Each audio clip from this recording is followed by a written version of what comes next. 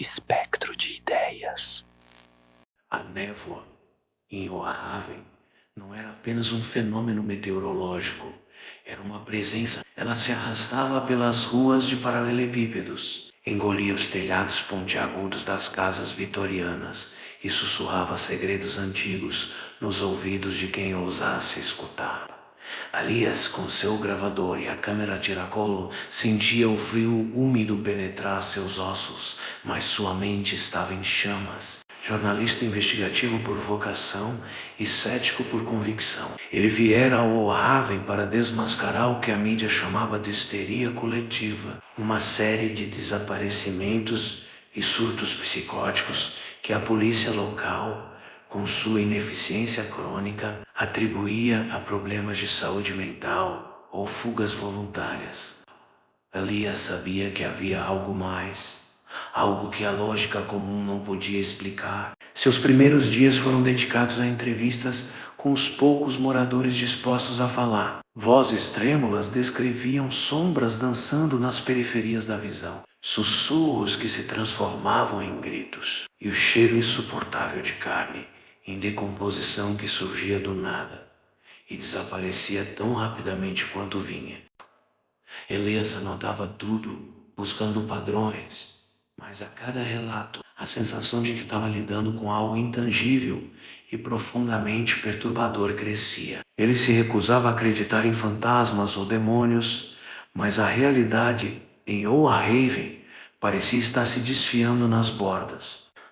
Enquanto isso, Sofia, em seu pequeno estúdio no sótão, tentava dar forma às cores que via. Não eram cores comuns, eram as emoções das pessoas vibrando e pulsando ao seu redor. Desde criança, ela absorvia a alegria, a tristeza e, mais recentemente, um medo denso e pegajoso que parecia emanar de cada canto da cidade. Suas telas, antes vibrantes e cheias de vida, agora eram dominadas por tons escuros.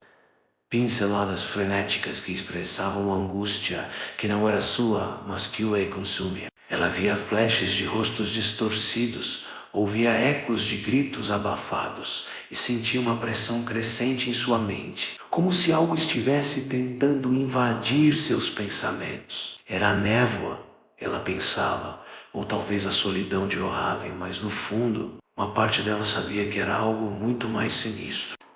Uma noite, enquanto Elias revisava suas anotações em um café quase vazio, o cheiro não era o cheiro de café, nem da umidade da névoa. Era um odor metálico e doce, como sangue fresco misturado com algo pútrido. Algo que havia morrido há muito tempo e estava se desfazendo. Ele olhou ao redor, mas ninguém mais parecia notar. A garçonete, com um sorriso forçado, limpava o balcão e um velho no canto lia um jornal. Alheio ao horror que invadia o olfato de Elias, o cheiro se intensificou, preenchendo seus pulmões, e por um instante ele viu, não uma sombra, mas uma distorção no ar, uma ondulação invisível que parecia sugar a luz. Seus olhos arderam e uma dor aguda perfurou sua têmpora. Ele piscou e a visão desapareceu, mas o cheiro permaneceu, um lembrete nauseante de que algo estava terrivelmente errado. Ele tentou racionalizar, atribuindo a uma fadiga ou a um surto de enxaqueca, mas o medo, frio e irracional, começou a se instalar em seu peito. Sofia, por sua vez, estava lutando contra as cores. Elas se tornaram mais escuras, mais agressivas, e a pressão em sua mente se transformou em uma dor lancinante. Ela tentou pintar, mas as pinceladas se tornavam violentas. Os traços se contorciam em formas grotescas que pareciam se mover na tela. Uma noite, enquanto tentava dormir, ela ouviu sussurros. Não eram vozes distintas, mas um coro disforme de lamentos e risadas, que pareciam vir de dentro de suas próprias paredes. Ela cobriu os ouvidos, mas o som era interno, reverberando em sua caixa craniana. Então, a visão, a parede à sua frente começou a ondular, como se fosse feita de água, e dela emergiu uma figura. Não era uma forma humana, mas uma massa disforme de sombras e apêndices retorcidos, com olhos que brilhavam com uma fome insaciável. O ar ao redor da criatura parecia se solidificar, e Sofia sentiu seus pulmões queimarem, como se estivesse inalando cinzas. Ela tentou gritar, mas sua voz estava presa em sua garganta, e o terror a paralisou. A criatura se aproximou, e Sofia sentiu um frio gélido invadir seu corpo, como se sua alma estivesse sendo sugada para fora de seu peito. Ela desmaiou, e quando acordou o quarto estava normal, mas a sensação de vazio e a imagem da criatura estavam gravadas em sua mente. Elias, determinado a encontrar uma explicação para os fenômenos, começou a investigar os desaparecimentos mais recentes. Ele descobriu que todas as vítimas tinham algo em comum. Eram pessoas isoladas, com poucas conexões sociais, o que as tornava alvos fáceis. Ele também notou um padrão nos relatos dos surtos psicóticos. Todos descreviam alucinações semelhantes, com distorções visuais e odores putrefatos. Foi então que ele se lembrou de um artigo antigo sobre folclore local, mencionando uma lenda sobre uma sombra faminta que se alimentava do desespero. Cético, mas sem outras pistas, ele decidiu procurar o autor do artigo, o Dr. Alistair Finch. Encontrar Finch não foi fácil. Ele vivia em uma casa isolada, no limite da cidade, cercada por uma cerca alta e com janelas sempre fechadas. Elias bateu na porta, e depois de uma longa espera, ela se abriu apenas o suficiente para revelar um olho desconfiado. Elias explicou sua pesquisa, e para sua surpresa, Finch o deixou entrar. A casa era um labirinto de livros empoeirados, artefatos estranhos e cheiro de mofo e incenso. Finch, um homem magro com olhos febris e cabelos desgrenhados, parecia ter envelhecido 20 anos desde a foto do artigo. Ele ouviu Elias com uma intensidade perturbadora, balançando a cabeça ocasionalmente. Quando Elias terminou, Finch suspirou, um som que parecia carregar o peso de séculos de conhecimento sombrio. Você está lidando com algo muito mais antigo e perigoso do que imagina, Senhor Elias, disse Finch, sua voz rouca. Não é uma lenda, nem uma doença mental parecida. Uma entidade interdimensional que se alimenta da sanidade e do medo. Ela distorce a realidade, corrompe a percepção e transforma suas vítimas em cascas vazias. Yu Ashomudu, a sombra faminta. Elias sentiu um arrepio na espinha. A descrição de Finch era assustadoramente precisa. Finch continuou, explicando que a entidade se manifestava através de alucinações sensoriais e que sua presença era mais forte em locais onde o desespero e o isolamento eram abundantes. Ele mostrou a Elias antigos tomos e manuscritos, repletos de símbolos estranhos e descrições aterrorizantes de rituais para afastar a entidade. Apesar de seu ceticismo, sentiu um medo primordial se instalar em seu coração. A realidade, ele percebeu, era muito mais aterrorizante do que ele jamais imaginou. Enquanto Elias absorvia as palavras de Finch, Sofia, em seu estúdio, sentia a presença da sombra faminta se intensificar. As cores em suas telas se contorciam em formas cada vez mais grotescas, e os sussurros se tornaram vozes distintas, zombando dela, prometendo-lhe um fim de paz, se ela apenas se entregasse. Ela tentou ignorá-las, mas a entidade começou a manifestar-se de formas mais físicas. A tinta em suas paletas se transformava em uma substância viscosa e pulsante, com veias escuras que pareciam se contorcer. O cheiro de carne em decomposição que Elias havia sentido agora permeava seu estúdio, sufocando-a. Ela viu sua própria pele começar a se tornar translúcida, revelando a rede escura de veias sob a superfície, pulsando com uma luz doentia. O terror era tão avassalador que ela mal conseguia respirar. e a linha entre a realidade e a alucinação se desfazia a cada instante. Elias, convencido da seriedade da situação, tentou encontrar Sofia. Ele sabia que sua sensibilidade a tornava um alvo fácil para a entidade. Finch, relutante, concordou em ajudar, fornecendo a Elias um amuleto antigo e um mapa com locais de energia distorcida na cidade, onde a presença da sombra faminta era mais forte. Finch alertou Elias sobre os perigos de confrontar a entidade diretamente, enfatizando que a mente era o campo de batalha e que a menor dúvida ou medo poderia ser fatal. Elias, armado com o conhecimento de Finch e a urgência de encontrar Sofia, aventurou-se na névoa densa que agora parecia engolir a cidade por completo.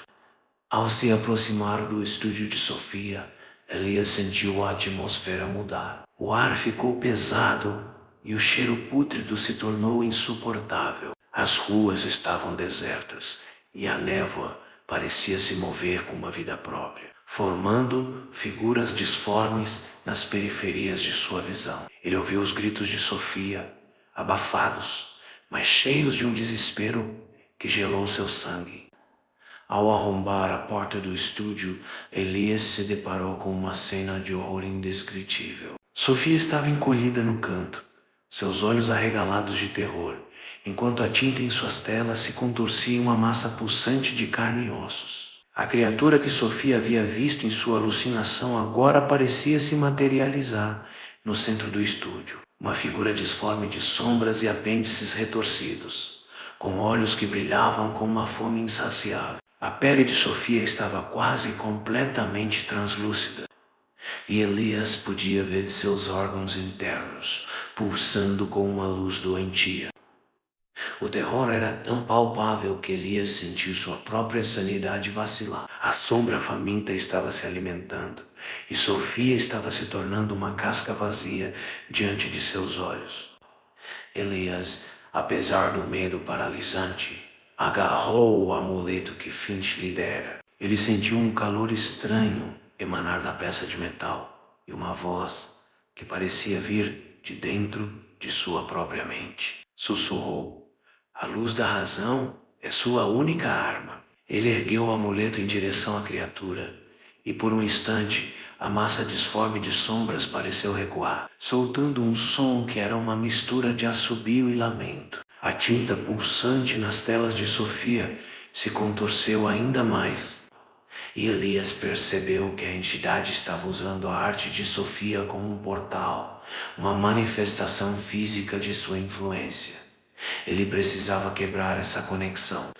Com um grito que rasgou sua garganta, Elias avançou, ignorando a dor lancinante em sua cabeça e o cheiro nauseabundo que o sufocava. Ele jogou o amuleto em direção à criatura, mas a entidade, com uma velocidade sobrenatural, desviou. No entanto, o amuleto atingiu uma das telas de Sofia, e no momento do impacto, a tinta pulsante explodiu em uma névoa escura, revelando a tela original, agora manchada e rasgada. A criatura soltou um rugido de fúria, e o estúdio tremeu. Sofia, que estava encolhida no canto, começou a convulsionar. Elias viu a pele em seus braços se rasgar, revelando não carne e sangue, mas uma substância escura e viscosa que parecia se contorcer sobre a superfície. A sombra faminta estava se manifestando através dela, usando seu corpo como um receptáculo. Elias sabia que não podia lutar contra a entidade fisicamente. A batalha era na mente, na percepção. Ele se ajoelhou ao lado de Sofia, ignorando a visão grotesca de seu corpo se desfazendo. Ele segurou as mãos dela, que estavam frias e úmidas, e começou a falar. Sua voz firme, apesar do terror. Ele falou sobre a realidade, sobre a lógica, sobre a beleza do mundo, que a entidade estava tentando distorcer. Ele descreveu cores vibrantes, cheiros de terra molhada e flores, sons de risadas e música. Ele tentou puxá-la de volta, ancorá-la na realidade que a sombra faminta estava tentando apagar. A criatura no centro do estúdio se contorcia, parecendo incomodada com as palavras de Elias. Os sussurros em sua mente se tornaram mais altos, tentando abafar sua voz, mas Elias persistiu. Sofia, em meio às convulsões, parecia ouvir. Seus olhos, antes vazios e cheios de terror, começaram a focar em Elias. Uma lágrima escorreu por seu rosto, e a substância escura em seus braços pareceu recuar, como se estivesse sendo repelida. A criatura soltou um grito agudo, um som que parecia rasgar o próprio tecido da realidade. E a névoa no estúdio se tornou mais densa, engolindo tudo. Elias sentiu uma pressão esmagadora em sua mente, como se seu cérebro estivesse sendo espremido. Ele viu flashes de seus próprios medos mais profundos, a perda de controle, a loucura, a insignificância de sua existência. A sombra faminta estava tentando quebrar sua sanidade, fazê-lo se render ao desespero. Mas Elias se agarrou à imagem de Sofia, à sua voz, à sua própria razão. Ele se recusava a ser mais uma vítima. Com o último esforço, Elias gritou o nome de Sofia. A névoa no estúdio se dissipou tão rapidamente quanto surgiu, e a criatura, com um lamento que parecia ecoar de um abismo sem fim, se desfez em fumaça escura, desaparecendo nas paredes. Sofia parou de convulsionar, e a substância escura em seus braços recuou completamente, deixando sua pele pálida e marcada, mas intacta. O cheiro pútrido diminuiu, mas não desapareceu por completo, permanecendo como um lembrete sutil da presença que havia estado ali. Elias abraçou Sofia, sentindo tremor em seu corpo. Ela estava viva, mas seus olhos, embora agora conscientes, carregavam uma sombra. Um vazio que Elias sabia que nunca seria preenchido. Nos dias que se seguiram, Oahaven parecia voltar ao normal. A névoa diminuiu e os desaparecimentos cessaram. A polícia, sem explicações, arquivou os casos como resolvidos ou sem solução. Elias tentou escrever sua história, mas as palavras pareciam vazias, incapazes de capturar o horror indescritível que ele havia testemunhado. Ele sabia que ninguém acreditaria nele, e que a verdade era muito mais aterrorizante do que qualquer ficção. Ele e Sofia deixaram Oahaven, mas a cidade e a entidade que nela habitava o seguiram. Elias via distorções no ar, ouvia sussurros nas sombras, e o cheiro de carne em decomposição surgia do nada, lembrando-o de que a sombra faminta ainda estava lá, esperando, observando, pronta para se alimentar novamente. O Dr. Alistair Finch desapareceu. Sua casa foi encontrada vazia. Seus livros e artefatos sumiram, como se nunca tivessem existido. Alguns diziam que ele havia fugido, outros que a sombra faminta finalmente o havia reivindicado. Elias, no fundo, sabia que Finch havia se sacrificado, ou talvez, finalmente, encontrado a paz em sua própria loucura. A névoa em Oahaven voltou. Ela se arrastava pelas ruas, engolia os telhados e sussurrava segredos. E em cada sussurro, Elias e Sofia podiam ouvir o nome da sombra faminta, uma promessa de que o terror nunca realmente termina, apenas espera paciente por sua próxima refeição. E elas sabiam, com uma certeza aterrorizante, que a entidade não estava presa em Oahaven. Ela estava em todo lugar, em cada sombra, em cada sussurro, esperando o momento certo para se manifestar novamente, para se alimentar do medo e da sanidade, para transformar o mundo em um pesadelo visceral e sem fim. E eles, os sobreviventes, eram apenas os arautos de um terror que estava apenas começando a se espalhar. Sofia, por sua vez, nunca mais pintou. Suas mãos tremiam incontrolavelmente, e as cores que ela via agora eram apenas tons de cinza, desprovidas de vida. Ela vivia em um estado de constante alerta, seus olhos sempre procurando as sombras, seus ouvidos sempre atentos aos sussurros. A entidade havia deixado uma marca indelével em sua alma, um vazio que a consumia lentamente. Ela era uma casca, um eco do que um dia foi. E Elias sabia que, de certa forma, a sombra faminta havia vencido. Ela não a havia matado, mas a havia esvaziado, transformando-a em um receptáculo para o medo que a entidade tanto ansiava. Espectro de ideias.